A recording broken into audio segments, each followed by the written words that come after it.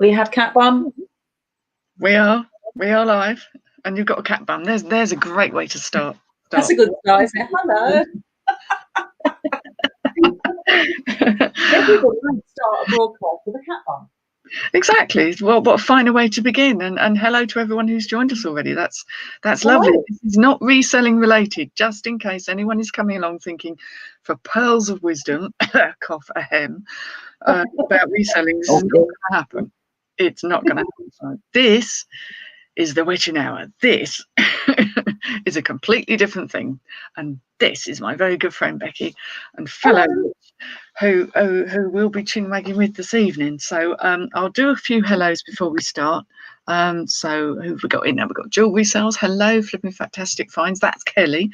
We've got Alison Jones, Oliver Wade. Hello. Lainey. Hello, lovely Lainey. Good to see you here. Hope you're well. Going through that. Joy Dickinson, hello. Oh, Sam's in. Hello, Reselling Polly. That's Sam.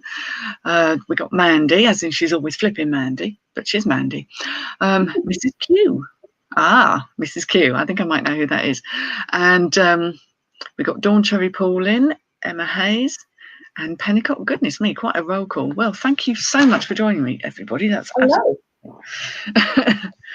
So witchery it is, everyday witchery of two ordinary folks who happen to be friends, who happen to be witches. You're that way, not that way. Yeah. So is Bert. There he is. Yes, this is Bert. Becky is the owner of many cats, are you not? I am. Well, I'd like a few more. I did have 9 at one point, and I'm down to 4. So it does, my stocks are depleting. So, yeah, we're down to 4. Yeah. And this one, I don't know what's the matter with this one. He's just got screw loose, really. It's quite tickly. None of my cats are here. They've all sodded off, so they've just left me. Okay. Yes, they've gone away for the evening to go out and do cat things. I've decided the best cat thing for them to be doing is ensconcing my bed. Yes. Yes. And because it's been really wet and muddy, there's a certain amount of grit that's associated with my bed at the moment. It's like crumbs in the bed, isn't it? That's not what you want.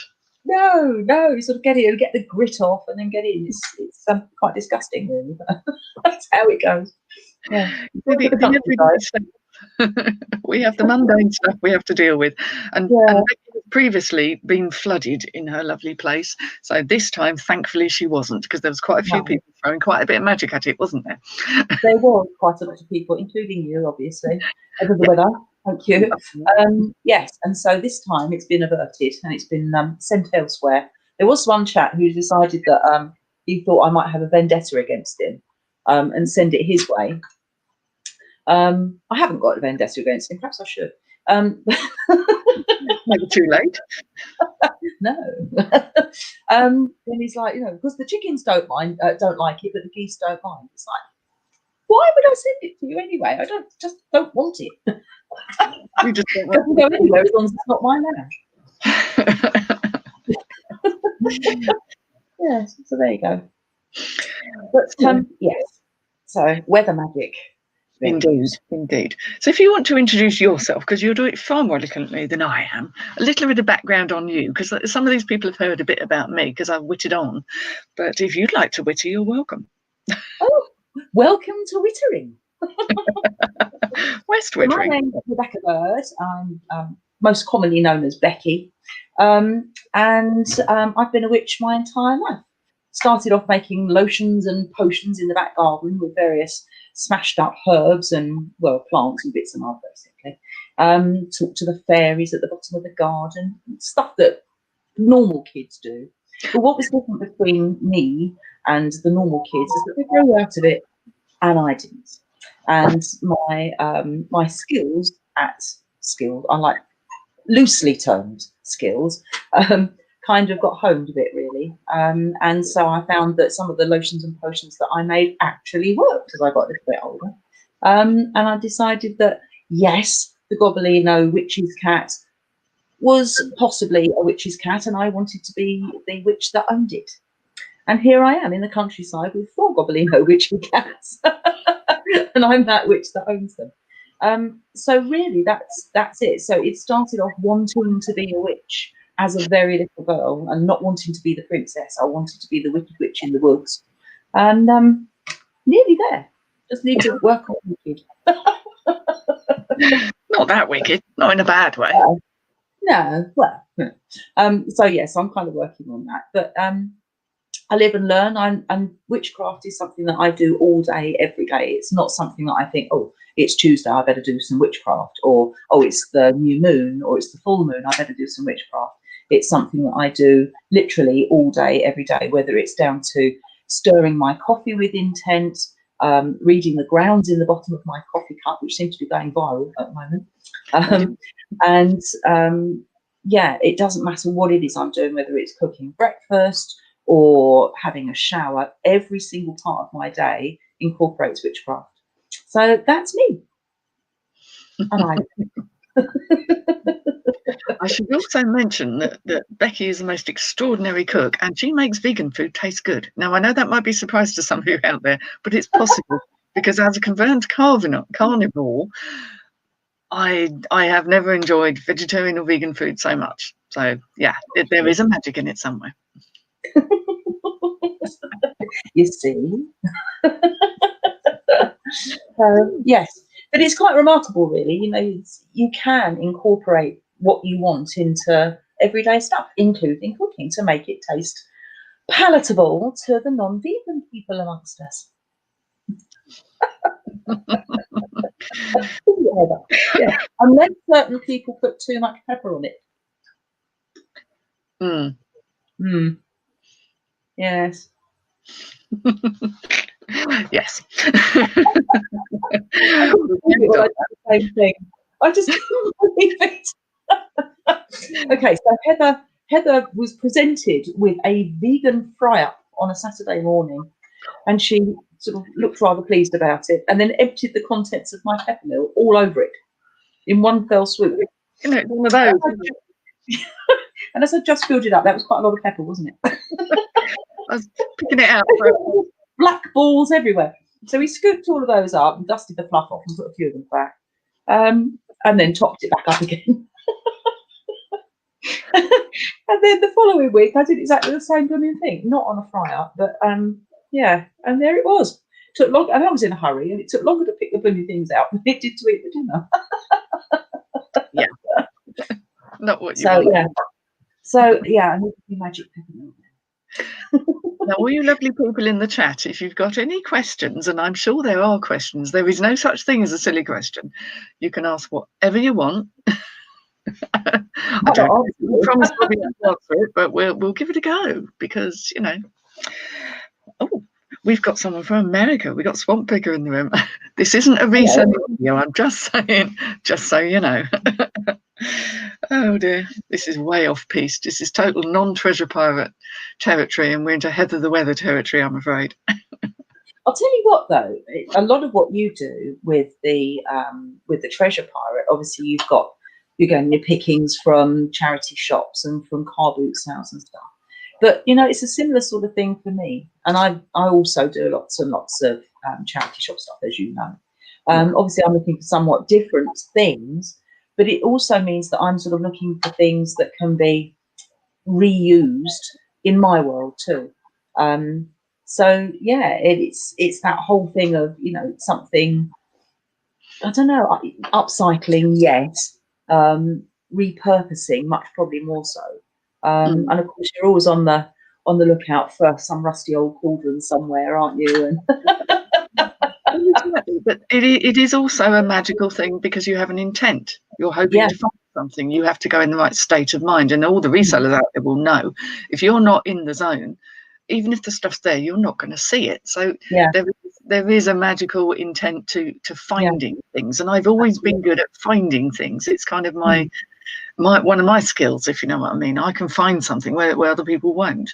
So and I've kind of developed that and refined it and honed it, doing well. Obviously, we're not quite to perfection yet, clearly, because they've got to sell the bloody stuff. But I'm pretty good at finding it. Yeah. But it does work that way, doesn't it? And sometimes you have a particular need of something, and so you go to a certain place and you think, right, what I'm actually needing today is X, Y, and Z. And 9 times out of 10, when you really need it and you really focus on it, you'll find it. You got a lovely question there from Leanne Hill. Yeah, I'm going to put the specs on because I can't see a thing. Oh, yes, sorry. I could translate. Do you ever go to summer solstice at Stonehenge? Ah, brilliant. Now, because people think we do, don't they? Yeah. Now, so Stonehenge and me are not the best of friends. Now, it's interesting because a lot of people assume that that's a place that we kind of all head for. And quite frankly, if we all disappeared down there, well, all of Wiltshire would be swamp tree, wouldn't it? It really is, to be fair, but yeah. For me, it's one of those things that I find has become a little bit depersonalised. And although when I was younger, I used to go to Stonehenge quite a bit, and I used to go there quite expectantly. I'm covered in grit, thank you. I used to go there quite expectantly, you know, for not for just the summer solstice, but also the winter solstice. You know, hoping for great things. But very often there are so many tourists and stuff there that they kind of sap some of the energy that maybe, you know, may normally be present in situations like that. And actually, I find that really detracting. So actually, I tend not to go there. I have been there, but I tend not to go there. And I do things in different areas for those particular Sabbaths and so on. So it's not a particular call for me. In fact, one of the places that I do like to go to is not that far away from there, and that's Avebury. And I prefer that because you do get tourists, but it's less of a touristy place. And it's so massive that people get lost. You're allowed to go up to the stones, you're allowed to touch them, sit on them, lie on them, go to sleep on them, climb them. I've seen all of the above. Yeah, it's a different place. You can sit and picnic in the stones. You can have rituals. I've been to hand fastings. I've been a handmaiden in the stones and so on. And it's a different atmosphere, and it's the atmosphere that I think that Stonehenge lacks, actually. And I think it's a shame. I find it fascinating, and I'll watch any program about it because I do find it fascinating. But unfortunately for me, I don't feel the energy from them anymore. No, I kind of always wanted to, but I didn't get the energy that I wanted. So yeah, I hope that answers your question. It might do. We have another question here. This is Lainey saying, not sure how to put this, but did your parents feel this way too? And if they didn't, how do they feel about it? How did they feel about it all? Interesting. That's a brilliant question. I love that. You go first. Okay. So my dad was a self-confessed tree hugger, and in his words, bloody Christians. Now, that isn't to say that he was a pagan of any description. And for many, many years, actually, I classed myself as an atheist rather than a pagan. And to an extent, I think it's residual, and I still feel that there's a certain amount of atheism in my thinking. Because for me, a lot of the deities are personifications rather than specific deities. I've got a slightly different view on that. So I think he kind of classed himself as an atheist, but he was certainly very much of a naturalist, possibly a naturist too. But no, he was very much of a tree hugger, and a lot of my learnings actually were from when I was very, very small, going on forced walks. Is the best way of putting it. Route marches, because he walked really, really quickly, and I had little legs then. And so, yeah, I learned lots and lots of stuff from him. So that was more of the nature side of things. My mum was very much, you know, any kind of religion that might be of interest to me. She wanted me to make my own path. She didn't force any kind of religion down my throat. Neither of them did. And they sort of said, you know, well, you know, do what you like. But I have to say that at about the age of 12, they decided that I was going through a phase. Well, I'm 53 now. It's been quite a long phase. Yes. don't see I'm coming to the end of this particular phase, but you never know. So yeah, it's just a phase. And I think they just like say to any neighbours that saw me doing weird ones, oh, it's just a phase. Should be all right. Should be odd, but it's a phase. Yeah, I think it was yeah. a bit like that in my household as well. I mean, my family weren't religious in any shape or form. I had one parent who was Catholic and one parent who was not, and neither of that was forced on me. So I made up my own mind and very much wanted to be out in nature and just to enjoy living rather than thinking about the sort of other people's views on it, I suppose. Although I possibly came to sort of formal Wicca a bit later. I personally think it's just part of who I am, and I can see that my mother had tendencies that way that were never allowed, and my grandmother very much the same, who came from the sort of East End of London kind of travelling hopping community. So nobody minded. I mean, you don't tell people really; they kind of have to work it out. Really, you don't have to try. Yeah, people don't tend not to take too many guesses at me really. And you, of course, with your darker hair before you decided to grow it, similar sort of thing people guess quite readily. It's all a bit different now. Yeah, really well actually, isn't it? Really well. It's coming along. I've just faded out so much. I mean, my hair was never this brown. My hair's always been very nearly black, but yeah, it's. I should be the white instead of all the grey. Oh goodness me! Yeah. Oh. What was interesting when I was little was that I went to it wasn't a particularly churchy school, but like schools were in the 60s and 70s, you know, they tended to be more Christian based. So you had your sorry, I thought Kat had a mouse. She hasn't. Yeah, and they tend to be Christian based. So we had assembly in the mornings where you like sang hymns and said prayers and all the rest of it. And most days I was in trouble because even at the age of 4 or 5, doing that seemed so inherently wrong to me. And I wouldn't put my hands together and I wouldn't close my eyes. And I certainly wouldn't say all the other things that they were, because it was like, I'm not going to say that just because they're saying it. And for me, it was just so wrong. So I was regularly in trouble. Regularly, they told my parents and they said she'll believe what she wants to. So they didn't force that. I was, that was really good. Yeah. So, but I was in trouble every week. No, this one makes me laugh. This is Sam here. First question. Do you have a secret handshake? No. No. We need to make one up, really. Perhaps we should. Yeah. I mean, obviously, a large amount of pagan-style jewellery can be a bit of a giveaway. But I think you just know from someone's energy and the way they are. You kind of work it out, don't you? Yeah. So we don't have a secret handshake. No, it's Yeah. It's right about the jewellery, though. There is some sort of jewellery out there that's the giveaway. You've sort of got lineage jewellery and stuff, haven't you? That's like, ooh. Sort of paintings and things that people tend to wear, but not everybody wears them, and there are people that wear them that aren't necessarily. So it's you have to take it all with a pinch of salt. Yeah. It's a combination of things. For example, you were saying about the energy thing. So we went for a breakfast, didn't we, back in the beginning of February, just after I moved, if you remember. Yes. And there was a lady in the cafe, and that morning, do you remember? And we sort of looked at each other. It was like, yeah. She's one. You can mostly just tell, really.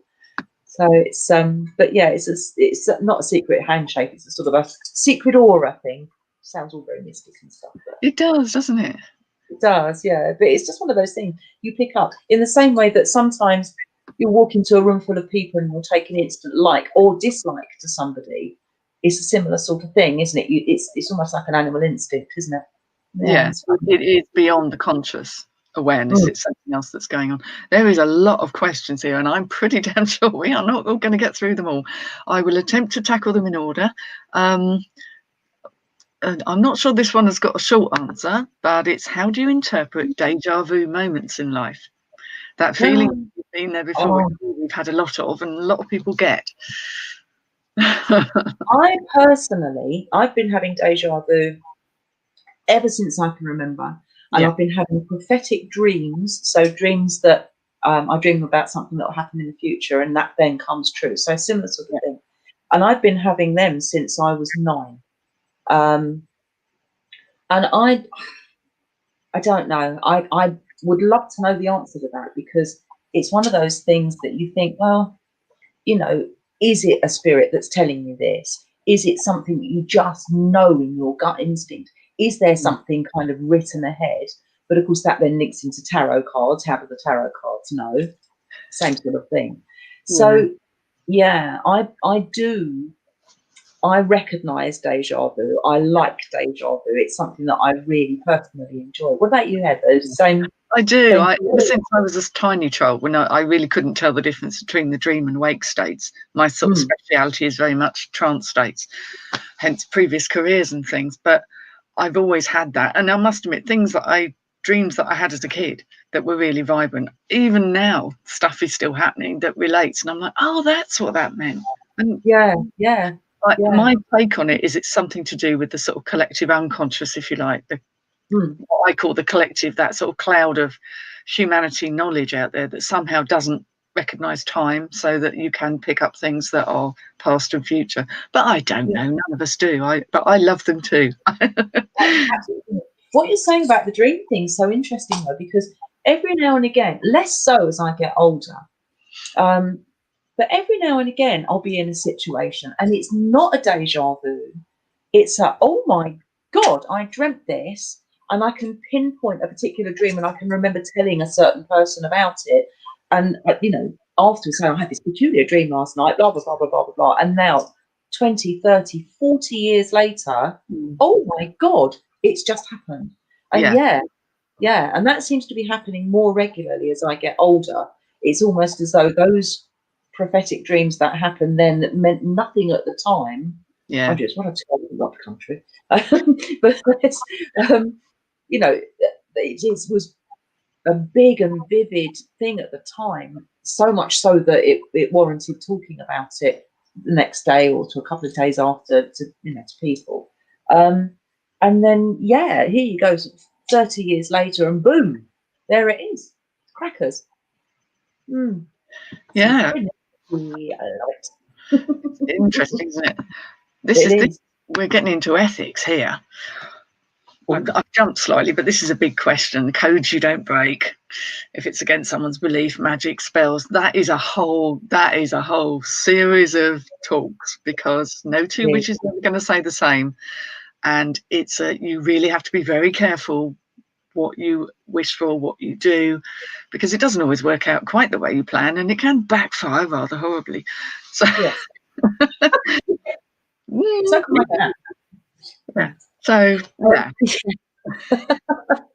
it's very true, though, because the set of ethics, you've got one set of ethics where you would never wish harm to somebody else, whether you're doing spell work or whatever it might be, and you would never wish harm on somebody, even if that person has done wrong to you. But then you've got others that will sort of say, well, there's karma and somebody needs to deliver it. So, it's like, well, am I going to do somebody's karma today, or am I going to be nicey and wish them well on their way? Emphasis on the way. I've done that a few times. That worked a treat. But it's a massive question. And even if you ever look on any of the witchy forums that you'll find on Facebook, for example, on any of the social media platforms, but specifically on Facebook, there's so many witchy groups, and it's a recurring question, isn't it? Do we do this? Is there going to be karma? We've got the rule of 3. That's another one. So whatever you give out, then you're going to get back threefold. So that might be good stuff, but it might be negative stuff as well. So you give out 3 smiles, you let 3 people in the traffic, 3 people will let you out. 9 people will let you out a bit later on. Doesn't always work, but you can save them up. But then it works the other way around, that if you curse somebody, then somebody going to curse you. 3 people going to curse you back. So it's a really, really difficult question to answer succinctly, that one. Yeah. And I don't think there's a Yeah, right and wrong answer to it. It is, yeah. And like Heather says, so many different people will have a different take on it. Sometimes I'll have a different take depending on what mood I'm in. Well, yes. what day of the month it is. Yeah, What the moon's doing. exactly. Yeah. Yeah. Many variable things. Gosh, there's so many things. Oh, Mike's in. Hello, Mike Dando. Nice to see you here. I'm so sorry, Swamp Picker. Tonight is not reselling. I wish I could say they were good. All the charity shops are shut, so nah. Apart from Lex in Wales, because her shops aren't shut. Oh, my Welsh friends, they're not. Their charity shops aren't shut, so they can still. Well, it's essential shopping, though, isn't it? That's the thing. Well, they're Wales. They're in a different jurisdiction, aren't they? Yeah, definitely. Oh, here comes Fish. Come on. Oh, this is also I have a cat called Fish. He's called Fish because he's brain damaged, and he's thoroughly confused. Oh, bees go. Just to compound the confusion. Come on. Oh, people talking about not being able to burn incense, I think, because it sets your smoke alarms off. Yes, well, have the smoke alarms where you can unplug the battery and you'll be all right. Oh, I've got a great tip for you for that. Perfect tip. Ready?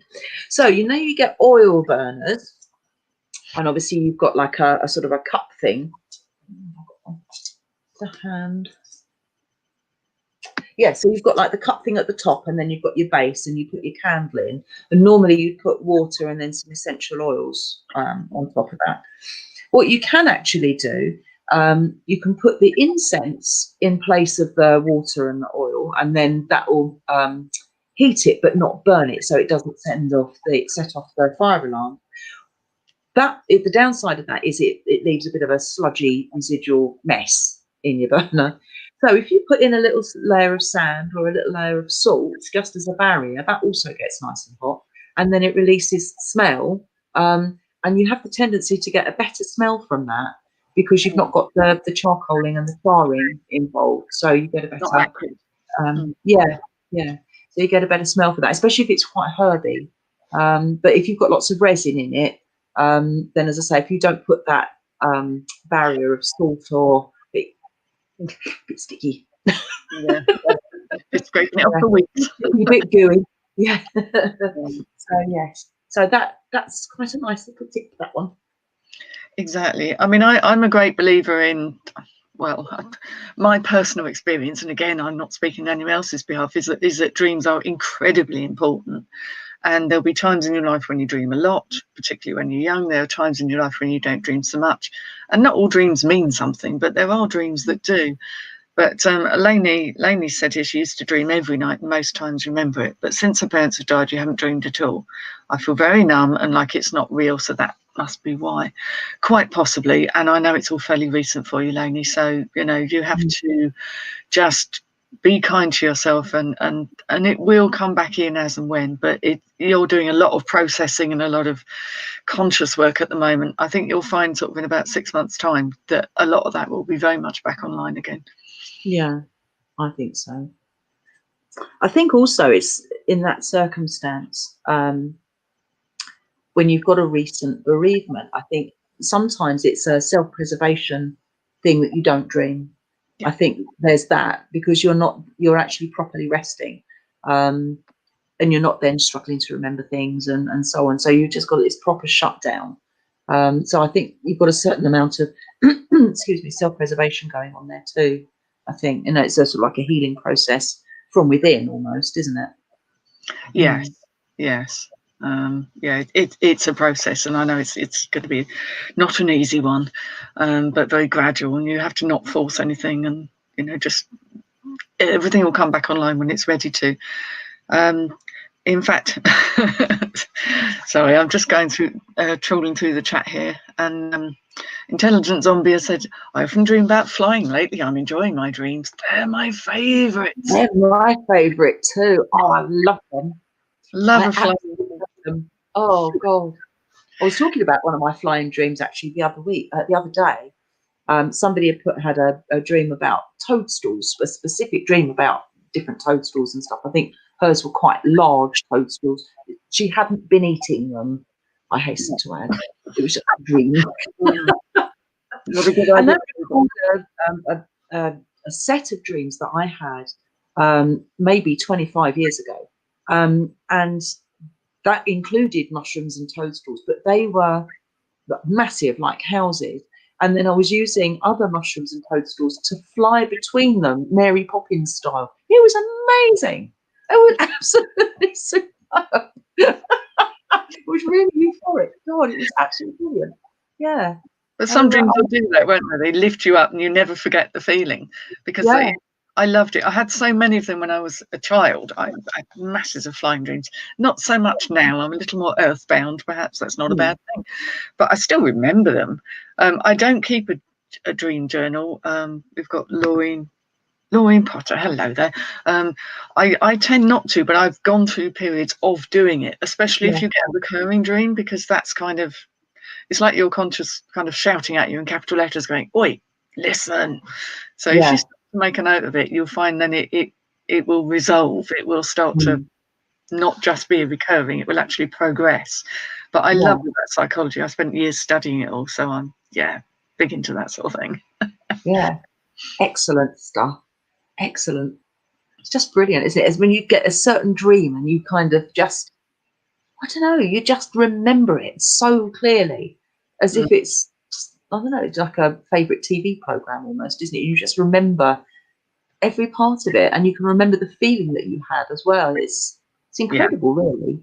You know, just sort of like your own subconscious. It's mad. It also has so much more knowledge than consciously you ever do. So you're kind of learning something about yourself in the process. And you know, those dreams where you've gone back to a theme. You know, I can wake up in the morning sometimes feeling quite exhausted because I have gone through what feels like about 6 films, if you like, of an immersive experience, and I wake up going, right, now the day begins. I've sorted that out. Now I've got to do this. Oh, okay.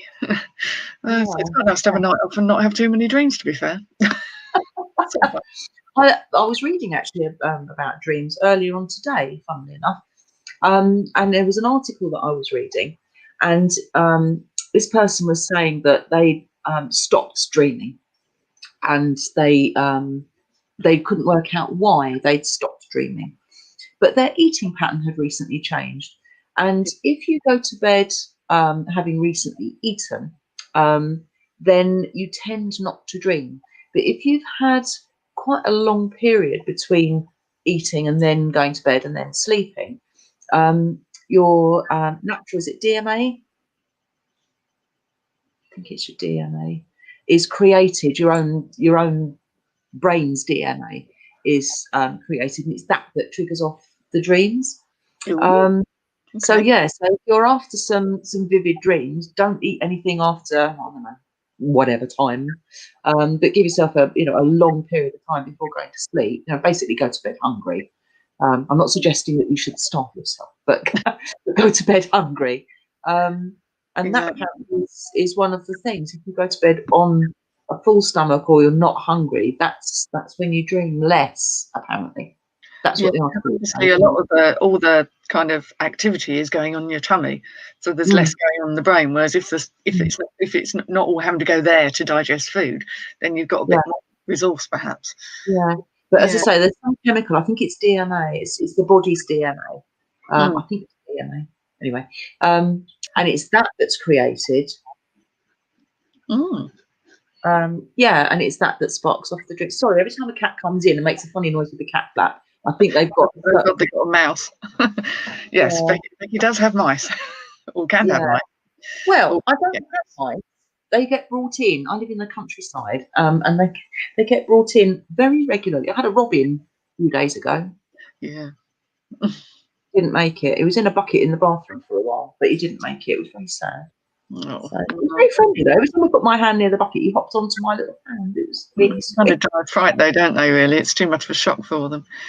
But, he lived for quite a long time, and I had him overnight, but he unfortunately he passed away by the morning. But I checked on him about 3 o'clock in the morning, and he was fine. And he had his head under his wing. Oh, Oh. Or, I'm just yeah. getting told off for not starting this about 2 years ago, because this is apparently when it was first mentioned. So yes, I did take my time, and it's will this be a weekly show, and the link for Becky's channel. Well, we're not currently there yet, but as soon as we are, yes, I'll put it all out there, because this is like the first, one would hope, of many. And it's a big old subject. It's a lifetime's work. Yeah. Oh, this is an interesting one. So Becky hasn't actually got a channel at the moment. She's but she will have soon. Question: do you meet people who use their gift for the wrong reasons, and how do you deal with this? Oh God, yes, you do. Oh. And it always is such a difficult subject to broach with that particular person. And you do sometimes meet people that are delusional. You meet people who are unpleasant, basically, is it's the kindest way of putting it. Yeah. And you do, and you can't reprogram a person like that. You can try and talk reason to them, and you can try and get them to see a different way of thinking.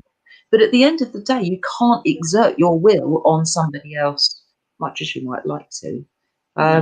You just can't exert your will onto that person. You can just hope that you can talk some sense into them, basically. And yeah, you do come across people like that. Yeah, sometimes you just have to avoid, don't you? Sorry? Sometimes you just have to avoid them, because the whole presence of them is a problem. Yeah, definitely. Yeah. Oof. But sometimes if you're literally presented with that person, or someone's asked, like a mutual friend has asked for help against that person, it's really difficult, isn't it? Really it is. And sometimes they don't realize that they're doing it. Sometimes they do need to have a conversation for them to have the error of their ways pointed out. Which is it's a bit of a difficult subject to this sort of like, hi, how are you? Do you know you're horrible? It's probably a bit more subtle than that, but that's the basic message, isn't it? Would you like to be less horrible? Because I don't think you know that's how horrid you are. Yeah, because there's quite a few people saying you are. Yeah, it's a difficult one though, and you get people that are really quite delusional, actually. It's not funny to deal with them, is it? Yeah. I mean, you can do your best, but can't we all? That's the thing, isn't it? Exactly. Yeah. Oh, sorry, I'm just seeing these. I'm just seeing. So Leanne Hill said, Laureen is my younger sister, and she had a chat with you at Hitchin last year. I do. It's a long time ago. That the Hitchin meetup was a big reseller meetup that happened pre-COVID times, obviously, and so it's lovely. Yes, I remember those days. Yes. Now here's a good one. Oh, you're not going to make me put my glasses on. Are there many whale witches? Yes, lots indeed. And no, they're not called wizards. Or warlocks. Or warlocks. No. Or Gandalf. Yeah. No, there's lots of male witches. And yes, you've got the association with the woman wearing black and her pointy hat and all the rest of it. I should have my hat on, shouldn't I? Yeah. So you get that association, but it's not exclusively women, and there are a good percentage of men coming into witchcraft. They can see the benefits of it and the draw of it and the pleasure of it too. So yes, there are. I have to say though that I think from my experience, I think that more men tend to be drawn to druidry rather than witchcraft. Would you say that's in your experience too, Heather? Yeah, because I think it's traditionally more seen as more of a male thing, so it's more accessible, and also kind of higher magic stuff. The formulaic, more structured. also maybe that's partly to do with a sort of slightly tendency towards more logical thinking, but again, that's a generalization. But yeah, I'd certainly think these days there are many men witches in the craft. There are witches of all flavors and shades, so yes. And of all ages too. Yes, all ages. All it's ages, a very mixed bag. I was going to say all ages and all genders, and then I was going to correct myself, and then it's like, no, all genders. All genders, yes. All however many, there may be, yes. So and it's nice, you've got a certain liberation that goes with it, for whether you're male, female, or or somewhere in the middle. You've got a certain liberation, and that's what's so nice. It actually doesn't matter what you are, or who you are. It's we have like a common theme, and obviously, like we mentioned before, you're going to get the odd one or two that are rogue, but you get that in any walk of life, don't you? But no, male witches very much so, and very welcomed as well. Very welcomed. So we know quite a lot, don't we? We certainly know quite a few, and this is an interesting one, because I'm not quite sure what Rowan means here. Can we talk about the craft as spirituality and not just as pragmatic? There is obviously a very practical magic side to things, and there is the how people see deity and how people interact with their gods and goddesses, and I haven't really brought that up as a thing, especially at this very first one, because it's a very personal thing. And I also think that you ask two witches their view, you're going to get a different slant depending on their lineage and how they've learned and just where their heart lies. It can be quite different. So of course there's the spirituality behind it. There couldn't not be. It's that way of life.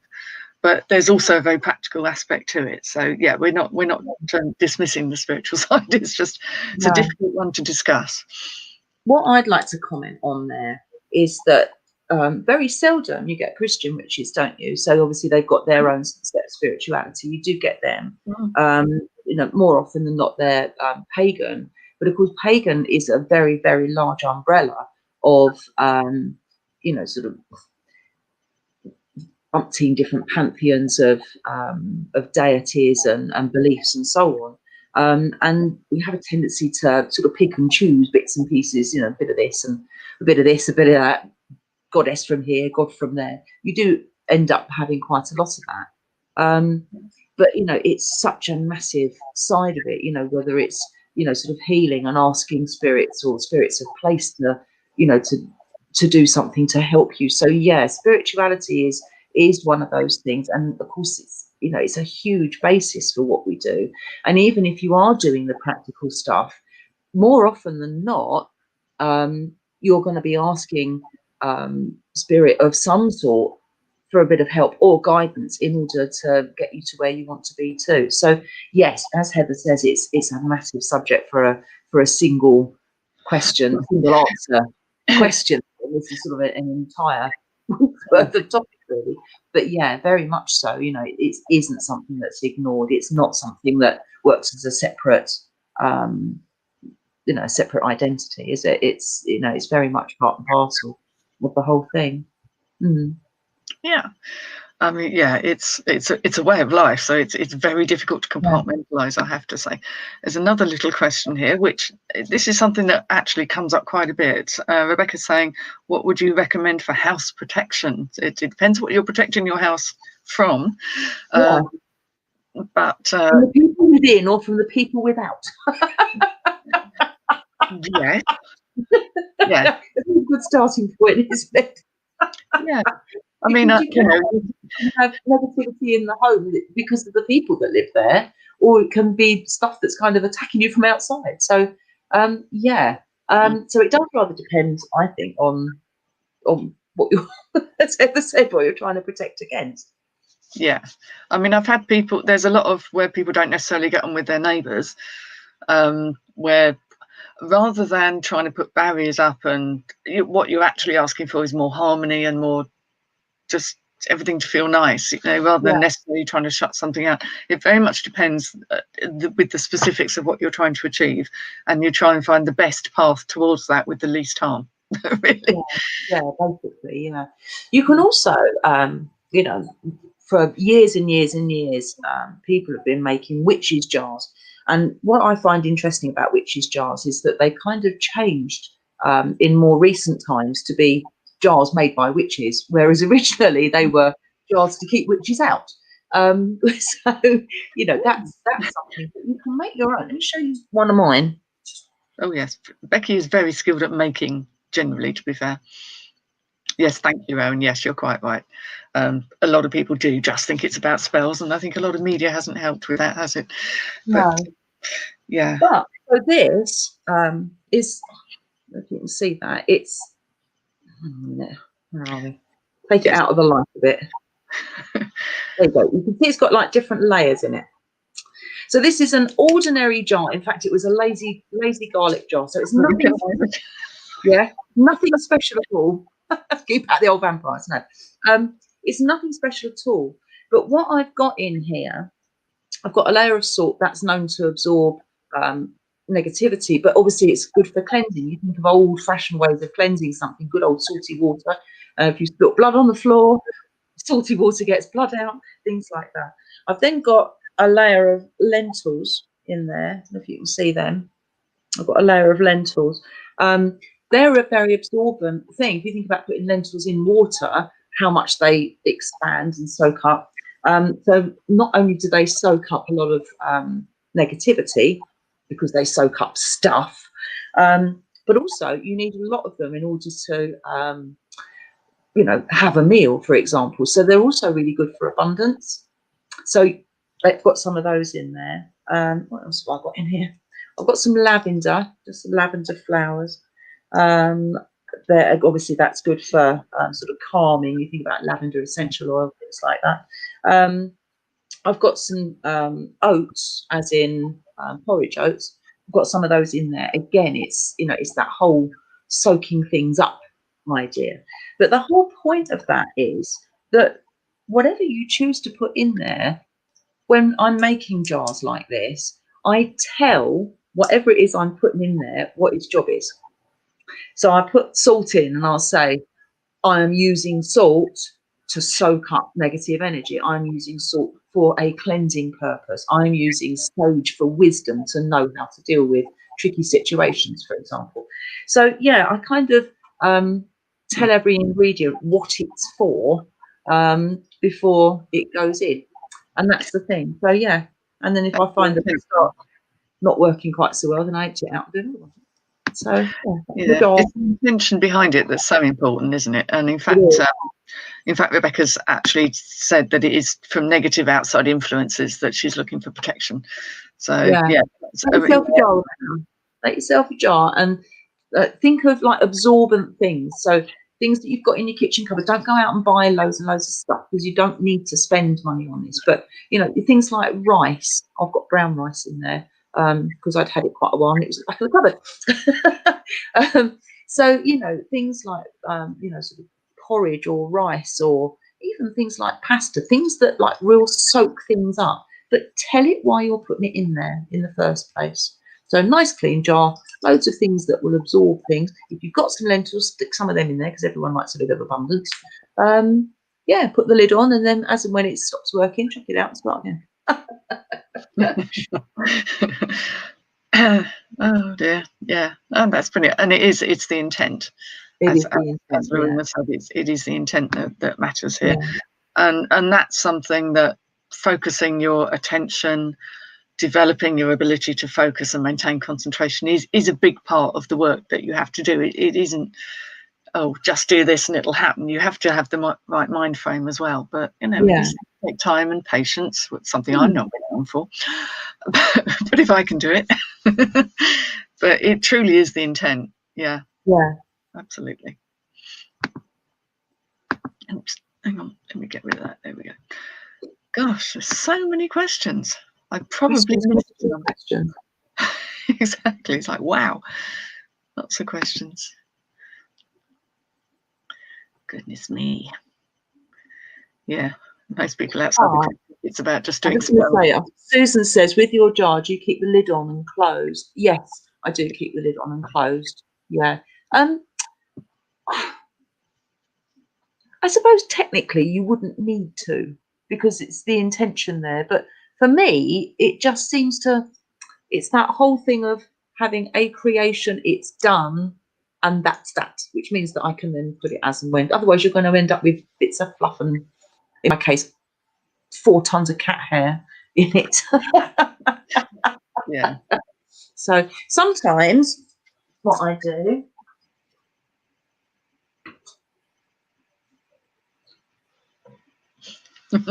It's disappear.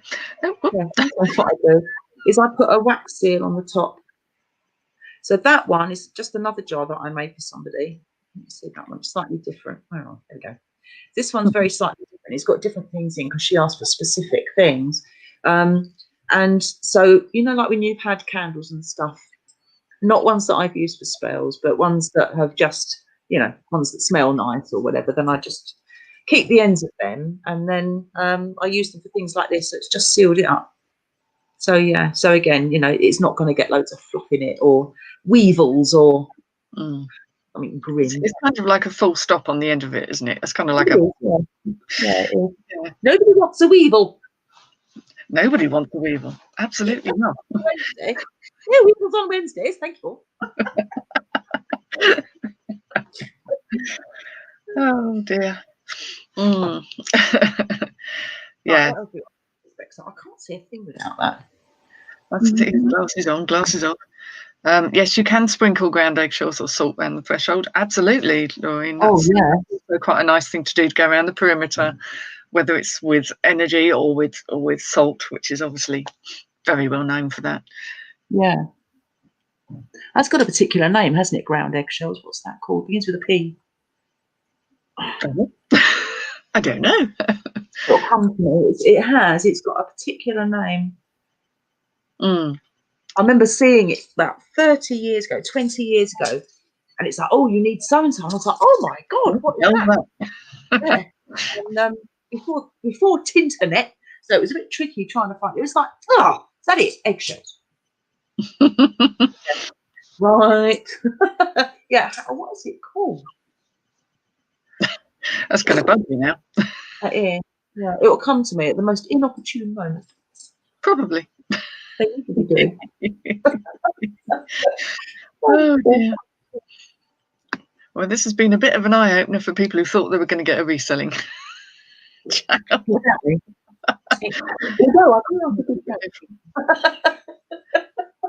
But you know, it may be something that we can do with a particular topic in mind. This was really a sort of an opener, just to kind of see where it goes. We're going to get people who've got some knowledge and some involvement within, you know, generic paganism or craft or interest in this, and you're going to get people who, you know, are absolutely completely new to it, and it's all going to seem very strange. So, you know, with that in mind, I think, you know, it's a case of Cascarilla. Sorry, this is what happens. I see the Cascarilla. Really, there's no P. I don't know where they got the P from. Cascarilla. Gosh, I learned something today. A little Google for me, thank you. Cascarilla. Yes. So yeah, that was the thing, and it was like, because I had it on this, you know, spell of the day or whatever it was from years ago. I was like, what the hell's Cascarilla? Or is it Cascarilla? Oh, anyway, and yeah, so wherever it was, I was like, oh my God, where am I going to get that from? Is it American? I don't know. And no, ground eggshells. Yes. And I think what will probably be the final one, can you use it with holistic therapies like Reiki, etc.? You'll find a lot of people who are practicing alternative therapies, as they are known, of one sort or another. There's a sprinkling of people who are going to be kind of witches in some form or format. Yeah, very much so. It just seems very territory. Healers and the Reiki healers. I'm an aromatherapist and I'm a drum healer.